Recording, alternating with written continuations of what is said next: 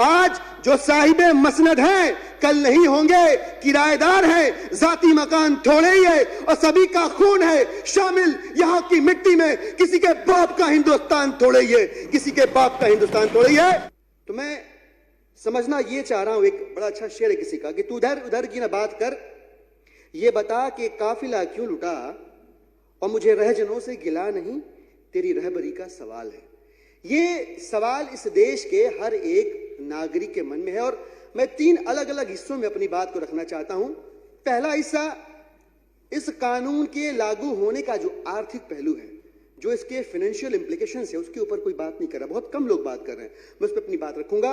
उसके बाद मैं बात करूंगा दिल्ली के अंदर जो माइग्रेंट्स रह रहे हैं और मैं बात करूंगा नागरिकता का कानून 1955 में बना, इसके ऊपर बात रखूंगा। मैं शुरू करता हूं। माननीय अध्यक्ष महोदय, देश के जो गृह मंत्री हैं अमित शाह जी, वो नारों से भाषणों से पिछले कई सालों से देश की जनता का पेट भर रहे हैं। ये बताने को राजी नहीं है कि एनआरसी को लागू करने के लिए एनपीआर के बाद जो पैसा लगेगा, जो सरकारी कोष खर्च होगा, वो आएगा कहां से। मैं आपके सामने इस बाबत कुछ आंकड़े रखना चाहूंगा।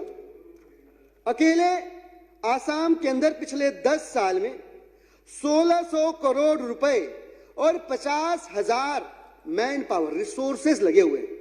गौर कीजिए आप, आसाम की आबादी कितनी है? आसाम की आबादी है लगभग 3 करोड़ और वहां अगर इस कानून को लागू किया जा रहा है तो 1600 करोड़ रुपए और 50,000 लोगों का मैन पावर खर्च हो रहा है।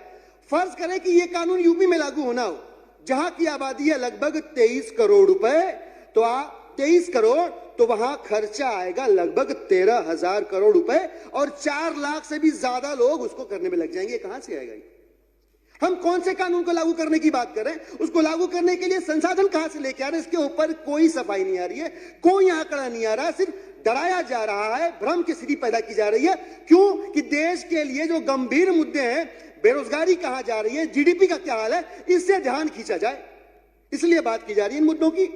माननीय अध्यक्ष महोदय, आपको मैं बताना चाहूंगा कि देश सकते में है कि पीएमसी बैंक के साथ जो हुआ, यस बैंक के साथ जो हुआ, क्या एक बार फिर किसी और बैंक का गला घोटकर या नोटबंदी जैसा कोई डिसास्टरस कानून लाकर देश की जनता की मेहनत की कमाई को चूस कर इस कानून को लागू करने में खर्च कर दिया जाएगा?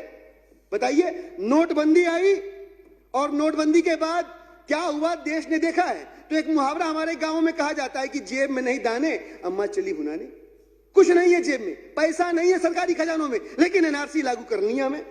अध्यक्ष महोदय, बड़ा दुख होता है, बड़ी तकलीफ होती है। बड़े बड़े लोन डिफॉल्टर्स हैं, हजारों करोड़ रुपया इन बैंकों का इस देश की जनता का लूट के चले जाते हैं। सरकार घंटा बजाती रह जाती है, लेकिन अगर हमें 54 का लोन चाहिए तो बर्थ सर्टिफिकेट दिखाओ, ये कागज लाओ, वो कागज लाओ, और वो सब छोड़िए, लोन तो छोड़िए। आज इस देश में रहने के लिए हमको अपने माँ बाप के बर्थ का सर्टिफिकेट दिखाना पड़ेगा। मेरे पास तो नहीं है। हमारे सदन के कई सदस्यों ने कहा मेरा सर्टिफिकेट, मैं आपको बताऊं, मेरे बच्चों का तो है, लेकिन मेरा सर्टिफिकेट चाहे म्युनिसिपैलिटी का हो, चाहे पंचायती व्यवस्था से निकला हुआ कोई कागज हो, मेरे पास नहीं, तुम कहां जाए। तो अध्यक्ष महोदय, जिन 2 करोड़ विदेशी नागरिकों के देश में रहने की बात करके देश के लोगों को माननीय गृह मंत्री महोदय डराना चाह रहे हैं, मैं पूछना चाहता हूं कि इन 2 करोड़ लोगों को की पहचान करने के चक्कर में 128 करोड़ लोगों की जिंदगी को सूली पे क्यों लटका रही है? सदन जानना चाहता हूं उनसे, ये सदन समझना चाहता है उनसे कि जहां 3,000 लोगों का डिटेंशन कैंप बनाने के लिए सरकार को 45 करोड़ रुपए खर्च करने पड़ रहे हैं, 19 लाख लोगों का डिटेंशन कैंप बनाने के लिए सरकार को 28,500 करोड़ रुपए खर्च करने पड़ रहे हैं। पूरे देश में 128 करोड़ लोग हैं। अगर इसका 90% लोग आपके डी वाली कैटेगरी में आ गए तो कहां रखोगे पैसा, कहां से लाओगे? वो नंबर कहां है, वो आंकड़े कहां है? कोई बताने को राजी नहीं। कोई इस बात पे चर्चा नहीं करना चाह रहा कि वो राशि कहां से आएगी जिनको उंगलियों पे गिनना मुश्किल हो जाएगा। गृह मंत्री महोदय भी इस बात का जवाब बिल्कुल देने को तैयार नहीं है कि डिटेंशन कैंप कहां से बनेगा, मैन पावर कहां से आएगा, जो पकड़े गए लोग बाहर के उनको डिपोर्ट कैसे करेंगे, इसकी प्रक्रिया क्या होगी। मैं आपको बताना चाहता हूं कि अभी तक का जो बेस ट्रैक रिकॉर्ड है डिपोर्टेशन का, बाहर वापस लेके जाने का, वो लगभग 600-650 लोग प्रति वर्ष है। ये लाखों लोग कहां जाएंगे? कहां भेजेंगे इनको? कौन सी प्रोसेस डेवलप करेंगे आप? आपका स्टैंडर्ड ऑपरेटिंग प्रोसीजर क्या होगा? इसके ऊपर कोई क्लैरिफिकेशन नहीं है अध्यक्ष महोदय। कहीं कोई चर्चा नहीं है, कहीं कोई बातचीत नहीं है।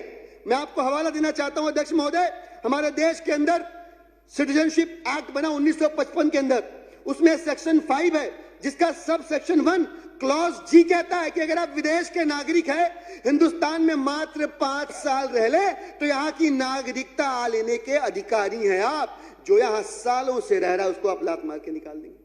कहां जाएगा वो गरीब आदमी? कहां जाएगा वो गरीब आदमी? ऐसी कौन सी दुश्मनी है उत्तर प्रदेश के लोगों से, बिहार के लोगों से, जो आसाम में रह रहे थे, जो दिल्ली में रह रहे हैं, कि उनसे आप चाहते हैं कि वो अपनी दिहाड़ी छोड़ के और आपके लिए कागज इकट्ठा करते फिरे? अरे इस देश में आधी से ज्यादा आबादी आज अगर कमा ले तो कल रोटी कैसे खाएगी, इसका जुगाड़ करने में पूरा दिन निकाल देती है, पूरी रात निकाल देती है। आप ये कहना चाहते हैं कि वो अपनी दिहाड़ी छोड़ के गली गली चक्कर लगाए, दफ्तर दफ्तर चक्कर लगाए और अपने लिए कागज लेके आए, और नहीं लेके आएगा तो आप उसे उठा के अपने डिटेंशन कैंप पे डाल देंगे। क्या मजाक बना रखा है आपने? हिंदुस्तान का, हिंदुस्तानियत का मजाक बना रखा है आपने। आप चाहते क्या है? ये सदन जानना चाहता है, इस देश के लोग जानना चाहते हैं कि वे लोग जो दशकों पूर्व उत्तर प्रदेश से, बिहार से और तमाम जगहों से दिल्ली में आके रह रहे हैं, उनका गुनाह क्या है? अगर इस हिंदुस्तान की मिट्टी को माथे पे लगा के अपनी मेहनत से अपनी किस्मत लिखने की कोशिश कर रहे हैं, उनका गुनाह क्या है? उनकी तकलीफ क्या है? उनकी तकलीफ यह है कि इस हिंदुस्तान के अंदर उनको कागज तब मिलेगा कि जब बर्थ सर्टिफिकेट ना होने की स्थिति में अपने आप को पाकिस्तानी कहें, तब उनको कागज मिलेगा। तो यह हालत इस देश की हो रखी है अध्यक्ष महोदय। मैं आपसे कहना चाहता हूं कि हमारे देश में जो डर का माहौल बनाने की कोशिश की जा रही है, हमारे देश के अंदर ये जो भय का वातावरण बनाने की कोशिश की जा रही है, राहत इंदौरी साहब का एक शेर है कि आज जो साहिबे मसनद हैं कल नहीं होंगे। आज जो साहिबे मसनद हैं कल नहीं होंगे, किराएदार हैं, जाती मकान थोड़े ही है और सभी का खून है शामिल यहां की मिट्टी में। किसी के बाप का हिंदुस्तान थोड़े ही है, किसी के बाप का हिंदुस्तान थोड़े ही है।